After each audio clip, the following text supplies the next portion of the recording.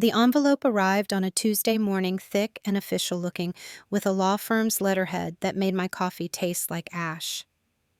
Inside were photographs of me entering my downtown office building, detailed financial records I had never shared, and a note in my sister Victoria's handwriting. "We know the truth about your little charade, Serafina. Time to come crawling back where you belong." After 3 years of peace since cutting contact with my toxic family, they had found me again, and this time they thought they had ammunition. Hey, beautiful souls. Before we dive into this wild family revenge story, drop a comment telling me where you are watching from today. If this hook already has your heart racing, smash that like button and hit subscribe, because trust me, you are not ready for the bombshell twists coming in this tale of family betrayal and sweet, sweet justice. Let's get into this drama together. 3 years earlier, I had made the hardest decision of my life, cutting off my entire family. Growing up as the middle child between my golden boy brother Marcus and princess sister Victoria, I had learned early that love in the Whitmore household came with conditions.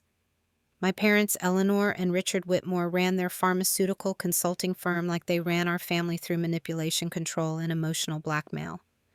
The final straw came during my college graduation.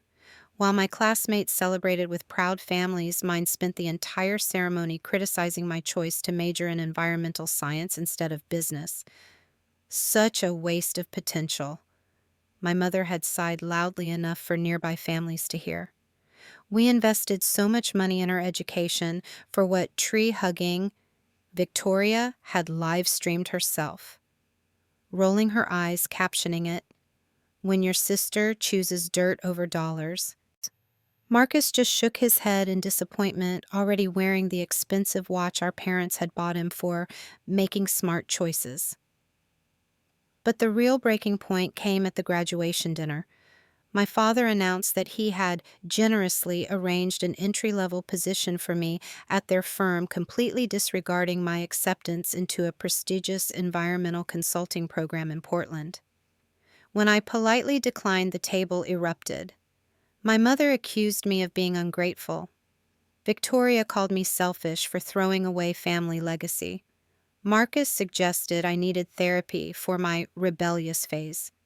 The entire restaurant watched as my family systematically dismantled my achievements and dreams in front of strangers. That night, I made a promise to myself. I would disappear from their toxic orbit and build something beautiful without their approval or interference. I moved across the country to Portland, changed my phone number, and blocked them on every social media platform. For 3 blissful years, I heard nothing but silence from the Whitmores. During those years, I threw myself into my work with EcoBalance Solutions, a small environmental consulting firm that specialized in helping businesses reduce their carbon footprint. My boss, Diana Martinez, became the mentor I had always needed, someone who celebrated my wins instead of minimizing them. She taught me that success was not about family approval, but about making a meaningful impact. Under her guidance, I helped develop sustainable practices for dozens of companies, from local restaurants to major corporations. The work was challenging but fulfilling in ways my family could never understand. I was not just making money, I was making a difference. My innovative waste reduction program had saved one client over $200,000 annually while cutting their environmental impact by 40%. Another client, a struggling organic farm, had tripled their profits after implementing my soil restoration techniques. Each success felt like proof that I had chosen the right path. My personal life flourished too. I had found genuine friendships with my coworkers, joined a hiking group that became like family, and even started dating James, a marine biologist who understood my passion for environmental protection. For the first time in my adult life, I felt truly happy and authentic. Then came that Tuesday morning envelope. As I stared at the photographs and documents spread across my kitchen table, my hands trembled with a mixture of rage and confusion. How had they obtained bank statements from my personal accounts? Why were there pictures of me from different angles and locations, clearly taken without my knowledge? The level of surveillance was both impressive and terrifying. Victoria's note contained more than just threats. She had included printouts of my social media posts about work achievements, highlighting every success story I had shared with red ink and question marks. Comments in the margins read, "Too good to be true," and "Nobody gets this lucky." She had clearly convinced herself that my environmental consulting career was some elaborate fraud. The most chilling part was a typed document titled Serafina Whitmore, A Pattern of Deception. It detailed a theory that I was running some kind of con game using fake credentials to deceive clients and steal money. They had somehow obtained my college transcripts, employment records, and even client testimonials, twisting each piece of legitimate evidence into proof of an imaginary scam. My phone buzzed with a text from an unknown number. Surprised. We hired the best investigators money can buy. Your little environmental fantasy is about to become a very public nightmare unless you come home and apologize for the pain you have caused this family. We know everything, Serafina. Every lie, every fake client, every dollar you have stolen. You have 48 hours to respond before we take this information to the authorities and your employer. Love, your concerned family. The audacity was breathtaking. After years of emotional abuse disguised as concern, they were now attempting actual extortion. But what disturbed me most was the meticulous planning this represented. These were not impulsive actions born from hurt feelings. Someone had spent serious money and time building this elaborate surveillance operation. I called in sick to work and spent the day researching the law firm on the envelope. Blackstone and Associates specialized in corporate investigations and had a reputation for aggressive tactics. Their services did not come cheap, which meant my family had invested significant resources in this campaign against me. The question that haunted me was why. What could possibly motivate them to go to such extremes 3 years after I had voluntarily removed myself from their lives? As evening approached, I realized this was not just about bringing me back into the family fold. This felt like punishment for daring to succeed without them, for proving that I could thrive beyond their toxic influence. They could not stand that I had built something meaningful while rejecting everything they valued. But they had made one crucial mistake in their investigation. While gathering evidence to prove my success was fake, they had actually documented just how real and impressive my achievements were. Every client testimonial, every bank deposit, every professional recognition they had collected would serve as proof of my legitimate career if this escalated to legal action. That night, I made another life-changing decision. I would not run again, and I would not cave to their threats. Instead, I would give them exactly what they had asked, for the complete truth about my life and career. They wanted transparency. They were about to get more than they bargained for. Wednesday morning arrived with Portland's typical drizzle, but my mind was crystal clear for the first time in 24 hours. Instead of cowering under my family's threats, I decided to treat this like any other consulting project, analyze the situation, identify the real problem, and develop a strategic solution. I started by calling Diana Martinez and requesting an emergency meeting. Diana had built EcoBalance Solutions from nothing into one of Portland's most respected environmental firms, and her journey included overcoming her own family's skepticism about her career choices. If anyone would understand my situation and provide sound advice, it would be her. They hired investigators to prove your success is fake. Diana's eyebrows shot up as she reviewed the documents I had brought to her office. Serafina, this is not just harassment. This is a compliment of the highest order. They spent thousands of dollars to document how legitimate and impressive your career has become. Yet she spread the photographs across her desk, pointing to specific details. Look at this surveillance. They have pictures of you entering the Henderson Corporation building on the day we presented our carbon reduction proposal. Here you are meeting with the mayor's environmental task force. And this one shows you at the Sustainable Agriculture Conference where you won the Innovation Award. They have inadvertently created a portfolio of your professional achievements. Diana pulled out her phone and called her attorney, Rebecca Stone, who specialized in workplace harassment and family law. Rebecca, I need you to review some documents that might constitute extortion and invasion of privacy. Can you meet us this afternoon? While we waited for the legal consultation, Diana helped me analyze my family's true motivations. Your sister Victoria, remind me what she does for work. She works for my parents' pharmaceutical consulting firm. Last I heard, she was struggling to land any major clients despite having the family name and connections handed to her. And your brother Marcus? Same company, but he focuses on regulatory compliance. He has always been good at following rules, but terrible at innovation or independent thinking. Diana nodded thoughtfully. So, while you have been building an award-winning environmental consulting practice from scratch, your siblings have been coasting on family connections and still struggling.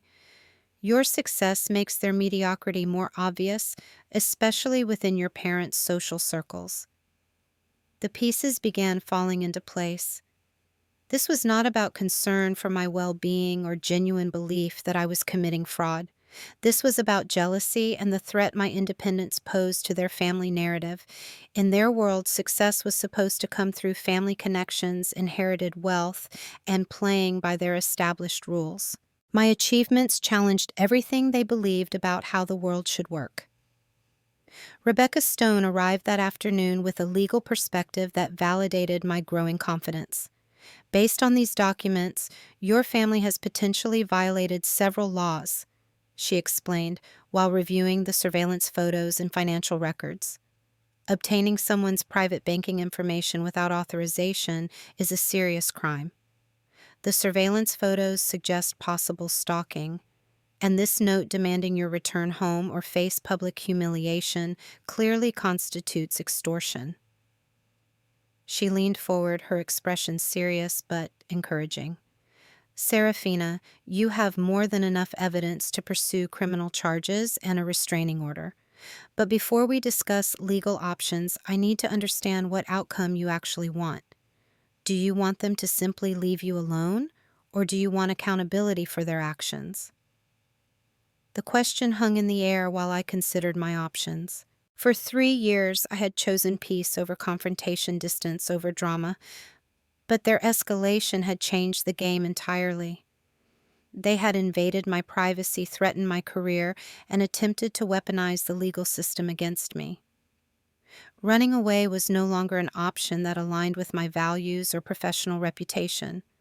I want them to understand that actions have consequences, I said finally, but I also want to protect myself and my colleagues from any future harassment.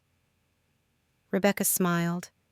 Then we need to gather more information about exactly how they obtained your private records and who else might be involved.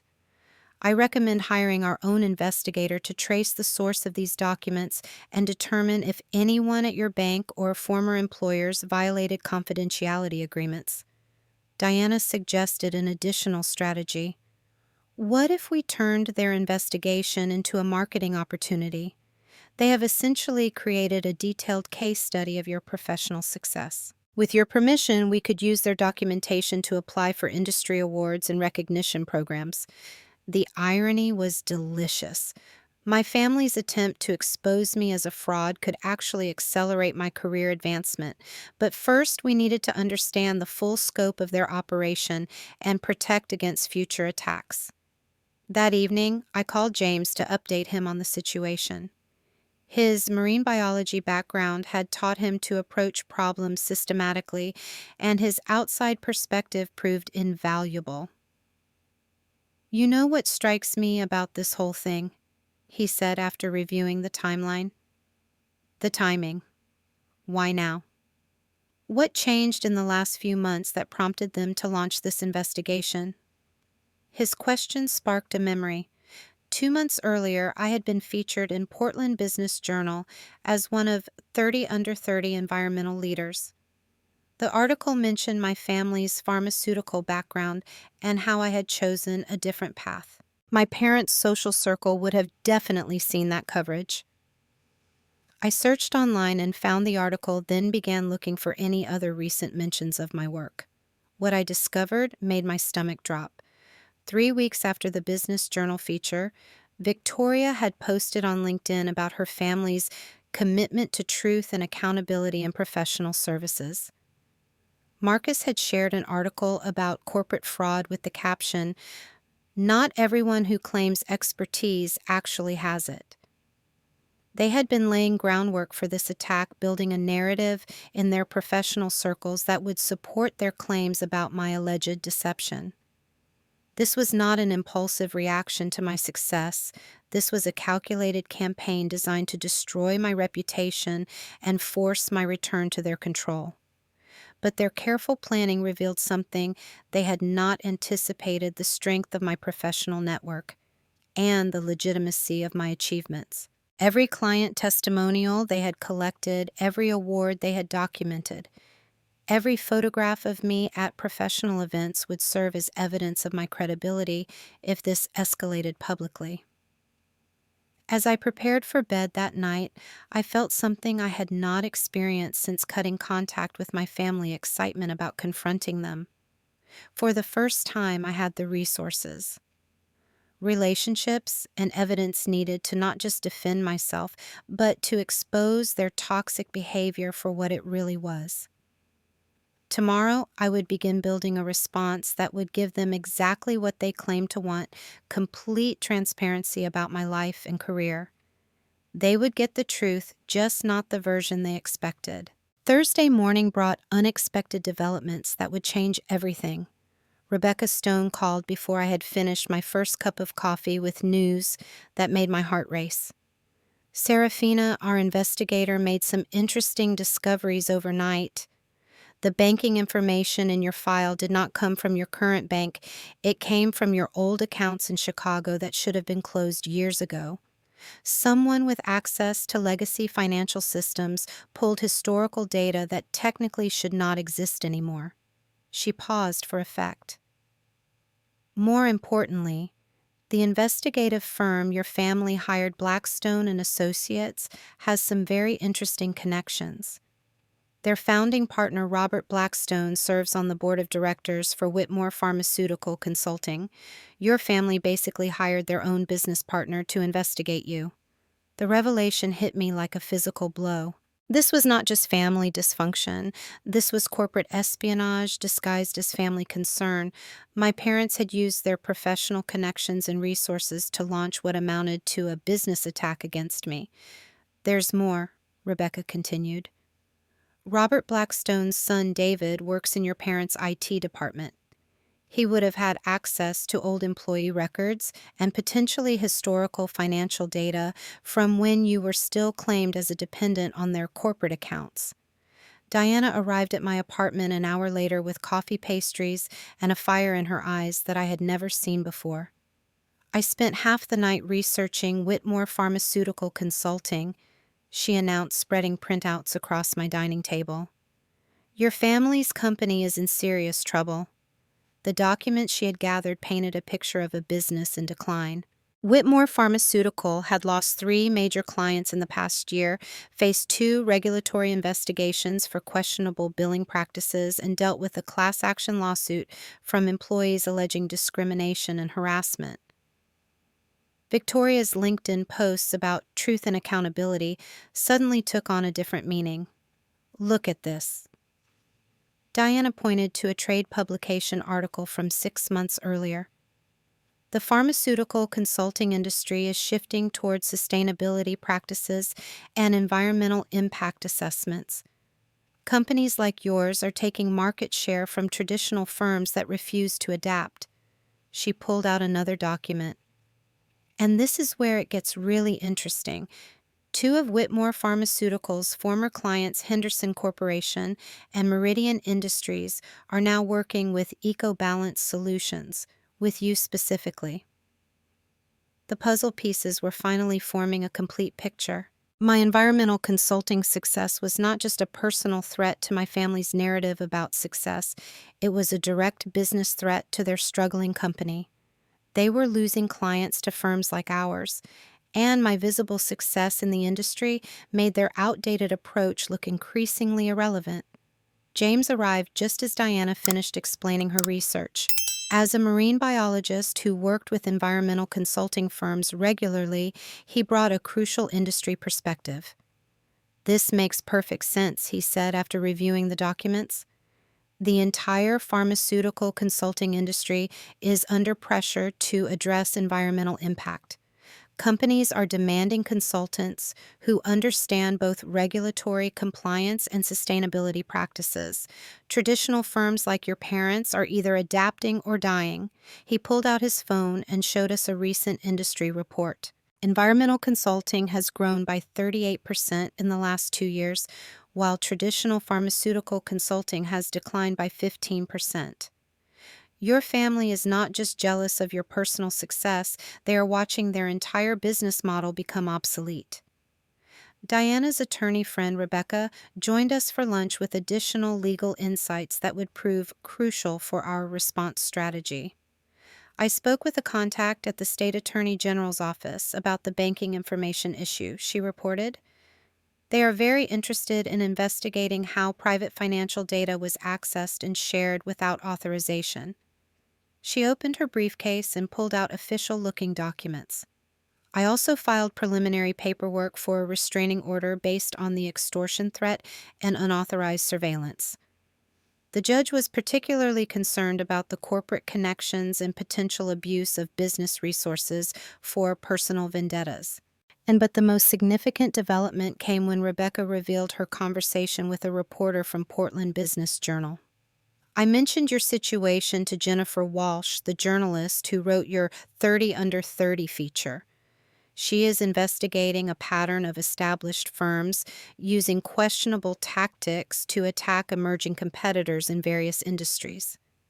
Jennifer Walsh had agreed to meet with us that afternoon to discuss whether my family's actions might be part of a larger story about corporate harassment and industry intimidation. If we could document their behavior as part of a broader pattern, it would provide additional protection and potentially expose similar tactics being used against other professionals. The meeting with Jennifer took place at a downtown coffee shop that felt appropriately neutral for such a sensitive conversation. Jennifer was a sharp-eyed journalist in her 40s who had built her reputation exposing corporate misconduct and workplace abuse. "What you are describing fits a pattern we have been tracking," she said, after reviewing our documentation. "Established firms in declining industries sometimes resort to personal attacks and intimidation when they cannot compete professionally. The pharmaceutical consulting sector has been particularly aggressive as environmental regulations have increased." She leaned forward with interest. "The fact that they used corporate resources and connections to investigate you personally crosses several legal lines. If you are willing to go on record, this could be a significant story about the intersection of family dynamics and business ethics." Jennifer explained that her investigation had already identified 3 other cases where pharmaceutical consulting firms had used inappropriate tactics against environmental consultants. "My story could be the centerpiece that tied together a broader expose about industry intimidation." "But I need to warn you," she said seriously. "Going public will definitely escalate this situation. Your family will likely respond aggressively, and their business partners might join the attack. Are you prepared for that level of scrutiny and conflict?" I looked around the table at Diana, Rebecca, James, and Jennifer professionals who had rallied around me based on principle rather than family obligation. These were the people who saw my worth and potential rather than trying to diminish it for their own comfort. "Yes," I said with growing confidence. "I am tired of running from their toxicity, and if my story can help other people facing similar situations, then it is worth the risk." James reached over and squeezed my hand. "You know what is really powerful about this moment. You have built exactly the kind of support network that healthy families are supposed to provide. Professional mentorship from Diana, legal protection from Rebecca industry connections through Jennifer, and personal support from friends who choose to be in your life. His observation made me realize something profound. My family had always insisted that blood relationships were the only bonds that truly mattered, but the people sitting around this table had shown more genuine care and loyalty in 4 days than the Whitmores had demonstrated in years. Diana suggested our next steps. We need to document everything thoroughly before responding to their ultimatum. If Jennifer is going to investigate this as part of a larger story, we want to provide her with the strongest possible evidence of their misconduct. Rebecca outlined the legal strategy. We file for the restraining order tomorrow, which will prevent them from continuing their surveillance or threats. We also report the banking information breach to the appropriate federal agencies. And we prepare a defamation lawsuit in case they follow through on their threat to contact your employer or clients. As the meeting concluded, I realized that my family's attack had inadvertently given me something I had never expected: a chance to become an advocate for other people facing similar harassment. Their attempt to destroy my independence had instead connected me with allies who could help me turn their weapons against them. That evening, alone in my apartment, I drafted my response to their 48-hour ultimatum. Instead of the apology they expected, I was preparing a declaration of war. But this would not be fought with their weapons of manipulation and emotional abuse. This would be fought with truth documentation and the support of people who valued integrity over control. The scared young woman who had fled Chicago 3 years ago was gone. In her place stood a professional who knew her worth and had the resources to defend it. Tomorrow, the Whitmore family would learn that their baby sister had grown up to be someone they could no longer intimidate. Friday arrived with the kind of clarity that only comes after a storm. My 48-hour deadline had passed, and instead of the groveling apology my family expected, they received something that would shatter their world completely. At exactly 9 in the morning, Rebecca Stone filed the restraining order petition in Portland Circuit Court. Simultaneously, she submitted complaints to the Federal Trade Commission about unauthorized access to financial records and to the Oregon State Bar about potential attorney misconduct at Blackstone and Associates. But the real earthquake came at 10:30 when Jennifer Walsh published her expose in Portland Business Journal with the headline, "Corporate Espionage in the Family: How Struggling Firms Use Personal Relationships to Attack Competitors." My story anchored a devastating investigation into industry-wide harassment tactics. The article detailed everything: the surveillance photos, the illegally obtained banking records, the corporate connections between my family's firm and their investigators, and the broader pattern of established pharmaceutical consulting companies targeting environmental consultants. Jennifer had uncovered 2 other cases where Whitmore Pharmaceutical Consulting had used similar tactics against former employees who had started competing businesses. Within hours, the story was picked up by national business publications and industry trade magazines. My phone began buzzing with calls from reporters, potential clients who had read about my work, and other environmental consultants sharing their own stories of harassment from traditional firms. Diana rushed into my office at noon with printouts of social media reactions. "Serafina, this has gone viral in the consulting industry. People are calling your parents' firm a toxic family business and corporate bullies. The hashtag Whitmore scandal is trending on LinkedIn." She spread out screenshots of comments from industry professionals expressing outrage about the surveillance and financial privacy violations. Several major pharmaceutical companies had already announced they were reviewing their relationships with Whitmore Pharmaceutical Consulting, pending the outcome of various investigations. But the most satisfying development came at 2 in the afternoon when Rebecca called with breaking news. "The FBI just contacted me," she said, barely containing her excitement. "They want to interview you about the banking records breach. Apparently, your case fits into a larger investigation they have been conducting about corporate data theft and identity fraud."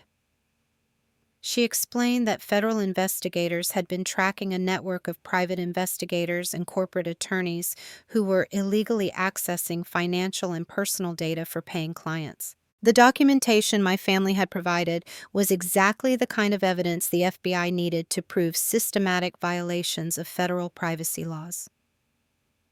Serafina, your family did not just hire investigators to harass you. They hired criminals who have been running an illegal surveillance operation for months. Robert Blackstone and his associates are about to face federal charges for wire fraud, identity theft, and violation of privacy protection statutes.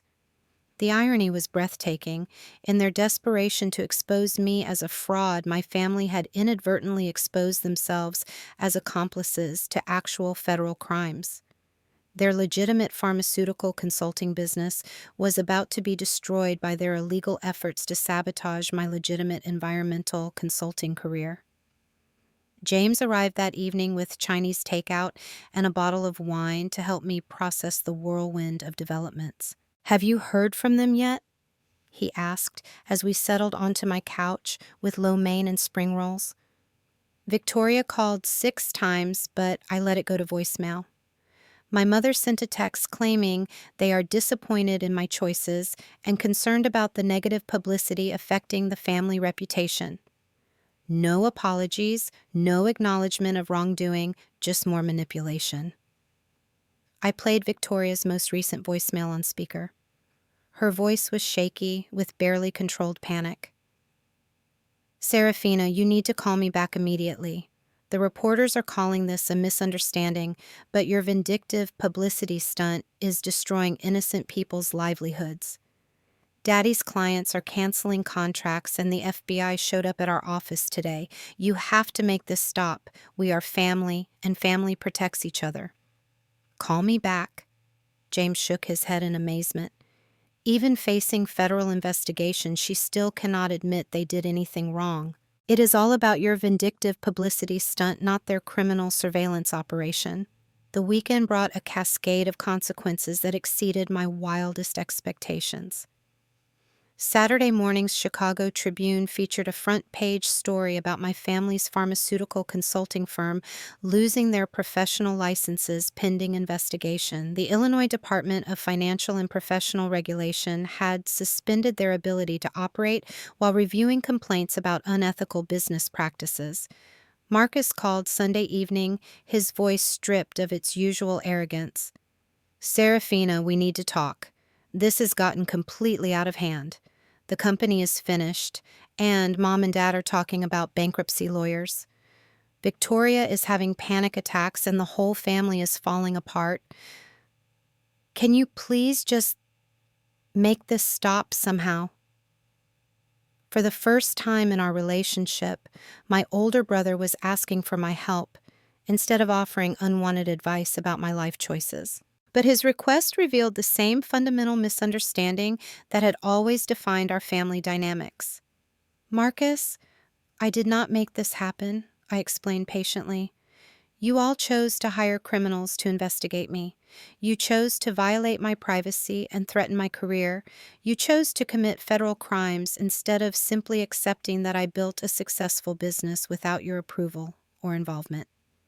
He tried to interrupt with explanations about family loyalty and misunderstandings, but I continued.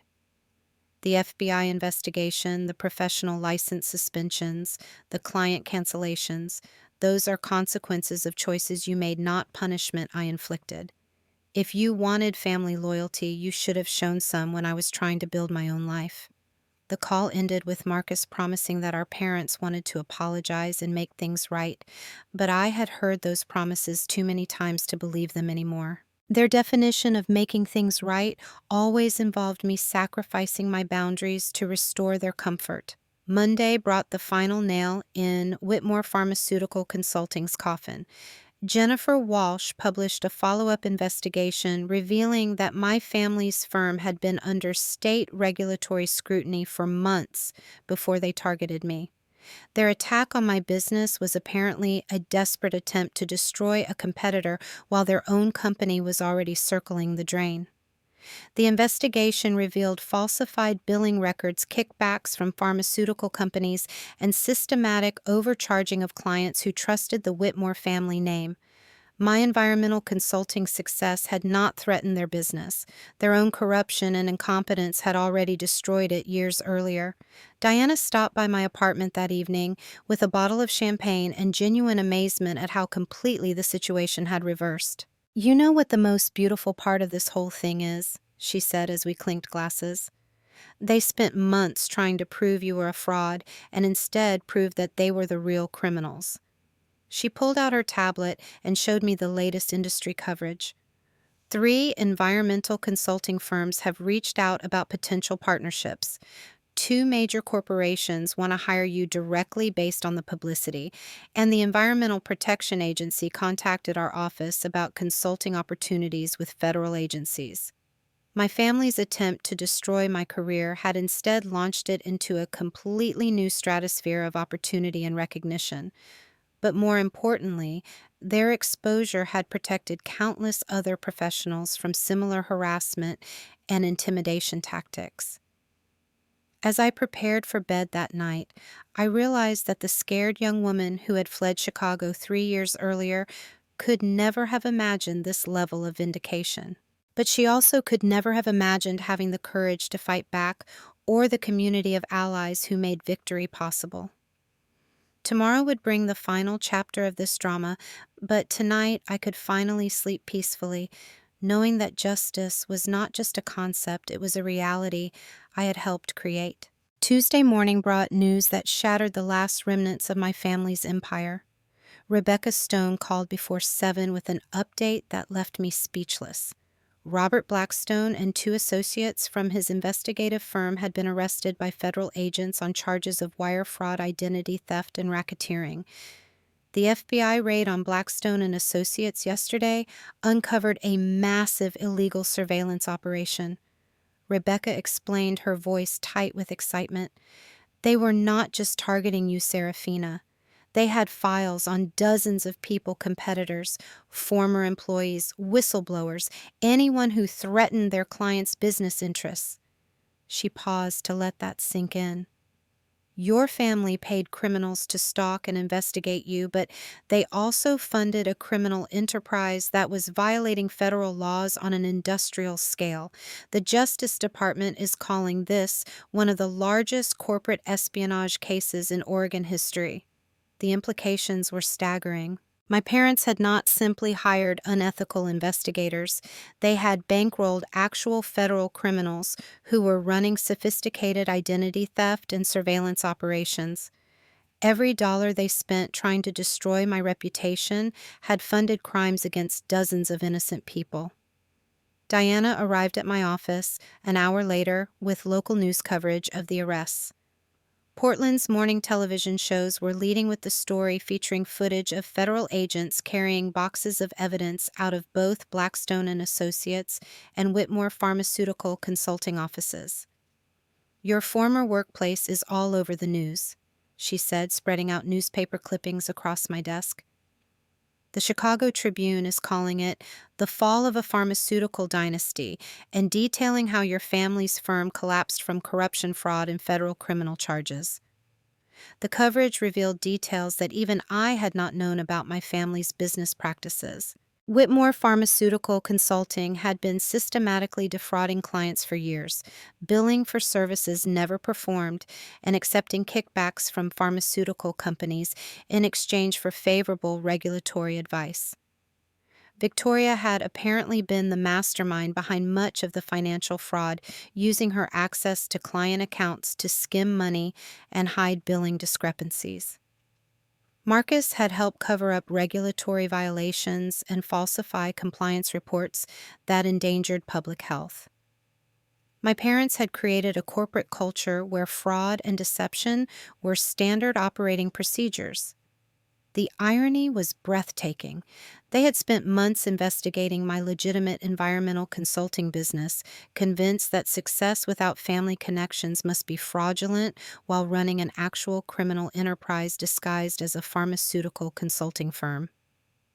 James texted me a link to LinkedIn where the professional consequences were playing out in real time. Dozens of pharmaceutical industry professionals were posting about their experiences with Whitmore Pharmaceutical Consulting, sharing stories of overcharging, incompetent advice, and unethical behavior that painted a picture of systematic corruption. Several former clients had already announced lawsuits seeking recovery of fraudulent billing charges. The Illinois Department of Health was reviewing every regulatory decision that had involved my family's firm over the past 5 years. Professional associations were stripping my parents and siblings of their industry certifications and memberships. But the most devastating blow came Wednesday afternoon when Victoria called me from the Cook County Jail. She had been arrested on federal fraud charges related to the financial schemes Rebecca's investigation had uncovered. "Serafina, please, you have to help me," she sobbed into the phone. "The FBI seized all my accounts and they are saying I could face 20 years in federal prison. I know we hurt you, but we are still family. You have connections now, lawyers and reporters who listen to you. Please do something." Her desperation was genuine, but her request revealed the same toxic family dynamics that had driven me away years earlier. Even facing federal prison, Victoria could not acknowledge that she had committed actual crimes. In her mind, this was still about family loyalty rather than personal accountability. "Victoria, I cannot help you because there is no legitimate help available," I explained calmly. "You committed federal crimes. You stole money from clients' falsified documents and participated in criminal surveillance operations. Those actions have consequences that no amount of family loyalty can change." She tried to argue that they had only been trying to protect the family business and bring me home where I belonged. She claimed that hiring investigators to expose my supposed fraud was just due diligence, not criminal harassment. She insisted that the billing irregularities were honest mistakes, not intentional theft. "Do you hear yourself right now?" I asked incredulously. "You hired criminals to stalk me and steal my private financial information because you could not accept that I succeeded without your approval. You embezzled money from clients who trusted your family's reputation. You helped falsify regulatory reports that could have endangered public health. These were not mistakes or family loyalty, these were crimes." The call ended with Victoria screaming about my selfishness and ingratitude, apparently convinced that my refusal to perjure myself on her behalf proved that I had never truly loved my family. Even facing federal prison, she could not understand that love does not require enabling criminal behavior. Thursday brought the final collapse when my parents' pharmaceutical consulting firm officially declared bankruptcy. The Chicago Sun-Times reported that Whitmore Pharmaceutical Consulting owed over $2 million to creditors and faced dozens of lawsuits from defrauded clients. Eleanor and Richard Whitmore had lost their professional licenses, their business, their family home, and their reputation in less than 2 weeks. The pharmaceutical consulting empire they had spent decades building was completely destroyed by their decision to commit federal crimes rather than accept their daughter's independence. Rebecca called that evening with a final legal update that provided perfect closure to the entire saga. "The federal prosecutors want you to testify at the criminal trials," she announced, "not as a victim, but as an expert witness about the environmental consulting industry and how legitimate businesses operate." She explained that my testimony would help establish the contrast between ethical business practices and the criminal enterprise my family had been operating. The prosecutors wanted me to explain how actual environmental consulting worked, demonstrating why my family's suspicions about my success were based on their own criminal mindset rather than industry reality. "Serafina, you are going to help send the people who tried to destroy you to federal prison by proving that everything they thought was impossible is actually just normal business ethics," Rebecca said with obvious satisfaction. The poetic justice was perfect. My family had hired investigators to prove that my environmental consulting success must be fraudulent because they could not imagine legitimate business achieving such results.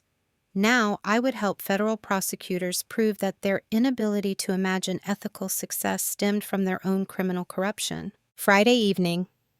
Exactly 1 week after their ultimatum expired, I sat in my Portland apartment surrounded by friends and colleagues celebrating not just my vindication, but the protection we had created for countless other professionals facing similar harassment. Diana raised her wine glass in a toast. To Serafina, who turned a family attack into an industry awakening and proved that sometimes the best revenge is simply telling the truth. As I looked around at the people who had rallied to support me, Diana, Rebecca, James, Jennifer, and other friends and colleagues, I realized that I had not just escaped my toxic family. I had built the loving, supportive family I had always deserved. 6 months later, I stood in the auditorium at Portland State University delivering the keynote speech for their Environmental Leadership Summit. The irony was not lost on me that I was speaking about integrity and environmental consulting to an audience that included several pharmaceutical industry professionals who had followed my story through the national media coverage. When we choose authentic success over inherited expectations, we do not just change our own lives, I told the packed auditorium.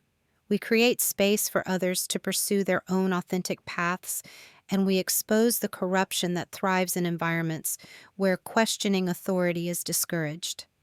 The applause was thunderous, but what moved me most were the dozens of young professionals who approached me afterward with their own stories of family pressure, workplace harassment, and the courage required to build something meaningful despite opposition from people who should have supported them. One young woman, barely 25, told me that my story had given her the courage to leave her family's accounting firm and pursue her passion for renewable energy consulting. Another shared how my testimony at the federal trials had helped her recognize similar harassment tactics at her own workplace and report them to authorities. Diana had been right months earlier when she said my family's attack would become a gift to the entire industry. The Whitmore scandal had triggered sweeping changes in how environmental and pharmaceutical consulting firms were regulated, monitored, and held accountable for ethical violations. The Environmental Protection Agency had created new whistleblower protections specifically for consultants facing retaliation from established industry players. The Federal Trade Commission had launched a broader investigation into corporate surveillance and harassment that had already resulted in dozens of additional arrests and business closures. But the most satisfying outcome was deeply personal. EcoBalance Solutions had grown from a small Portland firm into a regional powerhouse with offices in Seattle, Denver, and San Francisco. The publicity from my family's attack had brought in so many new clients that we had tripled our staff and revenue in less than a year. My innovative waste reduction programs were now being implemented by Fortune 500 companies across the Pacific Northwest. The organic farm that had tripled their profits using my soil restoration techniques had become a case study taught at agricultural colleges nationwide. Major corporations were specifically requesting my expertise because they had read about my work during the federal criminal trials. The personal growth was even more meaningful than the professional success. Therapy with a counselor who specialized in toxic family dynamics had helped me understand that my parents' behavior represented a pattern of narcissistic abuse that had nothing to do with my worth or choices. Their inability to celebrate my success stemmed from their own deep insecurities and need for control, not from any deficiency in my achievements. James and I had moved in together, creating the kind of supportive partnership I had never imagined possible. He understood that my chosen family of friends and colleagues was not a replacement for biological family, but an improvement on the toxic dynamics that had shaped my early life. "You know what I love most about your story," he had said recently while we hiked through Forest Park. "You did not just escape your family's toxicity, you transformed it into something that helps other people. Their attempt to destroy you became a force that protects dozens of other professionals from similar attacks. Then the legal consequences for my family had been swift and severe.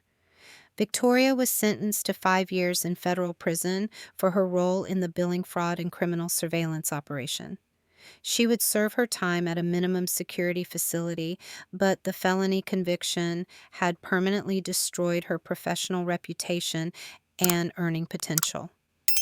Marcus had received 3 years probation and community service after cooperating with federal investigators and providing evidence against the more serious criminal conspirators. His cooperation had revealed the full scope of how Whitmore Pharmaceutical Consulting had been defrauding clients and endangering public health through falsified regulatory reports. My parents had lost everything: their business, professional licenses, family home, and retirement savings, but avoided prison time due to their age and lack of direct involvement in the most serious crimes. They had moved to a small apartment in a Chicago suburb, surviving on Social Security and whatever part-time work they could find with their destroyed reputations. The most telling detail was that none of them had ever apologized or acknowledged that their actions were wrong. In their final communications, before I blocked their numbers permanently, they continued to insist that they had been trying to help me and that the federal prosecution was an overreaction to family misunderstandings. Their inability to accept responsibility validated every choice I had made about limiting contact with toxic people regardless of biological relationships. Love without accountability is not love. It is manipulation disguised as concern.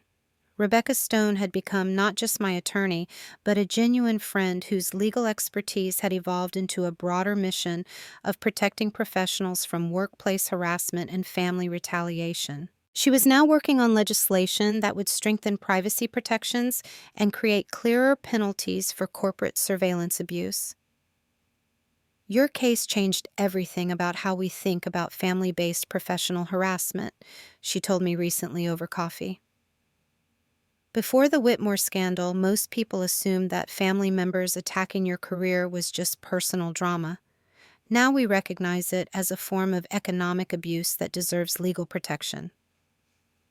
Jennifer Walsh had won a prestigious investigative journalism award for her coverage of corporate espionage in the consulting industry. Her reporting had sparked congressional hearings about business surveillance practices and led to new federal regulations protecting professional privacy rights. As I prepared for bed on this anniversary of the day, I had received that first threatening envelope. I reflected on how completely my life had transformed. The scared young woman who had fled her toxic family 3 years earlier could never have imagined the confidence, success, and genuine relationships that now define my existence. My chosen family, Diana, Rebecca, James, Jennifer, and the growing network of friends and colleagues who celebrated my successes without reservation, had shown me what healthy relationships actually look like. Support without control, celebration without jealousy, and love without conditions.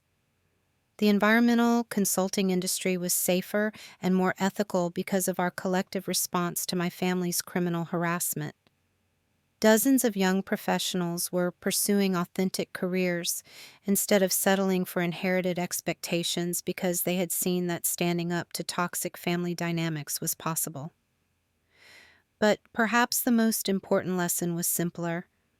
Sometimes the best revenge against people who try to destroy you is simply living well and helping others do the same. Have you ever had to choose between family loyalty and your own well-being? Have you faced retaliation for pursuing your authentic path instead of meeting family expectations? I would love to hear your stories in the comments below. Your experiences might help someone else find the courage to break free from toxic dynamics. If this story resonated with you, please smash that like button and subscribe for more real-life tales about overcoming family manipulation and building authentic success. Share this video with anyone who might need to hear that family loyalty should never require sacrificing your integrity or dreams. Thank you for joining me on this journey from family betrayal to chosen family triumph. Remember that the people who truly love you will celebrate your success, not try to destroy it. Until next time, keep building the life you actually want, not the one others expect you to want.